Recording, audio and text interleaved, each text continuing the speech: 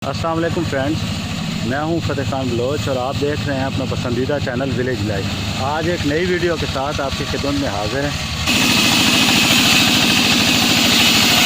ये तो फ्रेंड हम आरे पे पहुंच गए हैं। ये देख रहे हैं आप, लकड़ियों की चिराई हो रही है यहाँ।